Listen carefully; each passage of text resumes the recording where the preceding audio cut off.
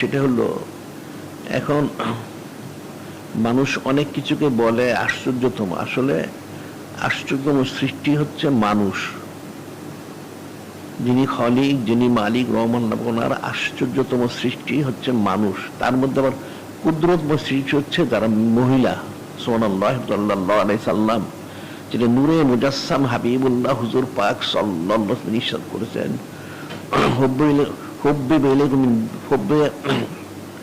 ইলাইয়া মিন দুনিয়াকুম, হুব্বিবা ইলাইয়া মিন দুনিয়াকুম সালাসু, আত-তিব one নিসা কুরাতাইনি ফিস সালাত। দুনিয়া থেকে তিনটে বিষয়ের মহব্বত আমার অন্তরে দেওয়া হয়েছে: সুগ্রাণ, মেয়ে, মহিলা এবং সলাত।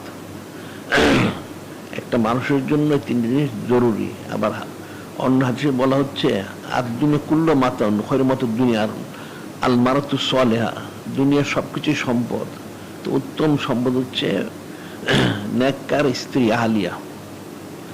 এটাই বলা হচ্ছে।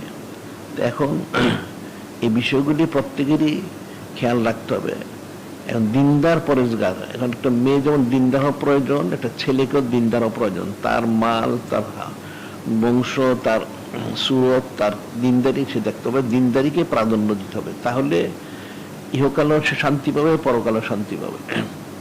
এখন পরশুর মধ্যে অবস্থান যেটা বলা হচ্ছে, আশিরুন্না বিল মারুফ, আশিরহুন্না বিল মারুফ। যিনি খলিক, যিনি মালিক, আল্লাহ বলেন তোমরা পরস্পর সৎভাবে জীবন যাপন করো। সৎভাবে জীবন যাপন করতে বলা হয়েছে।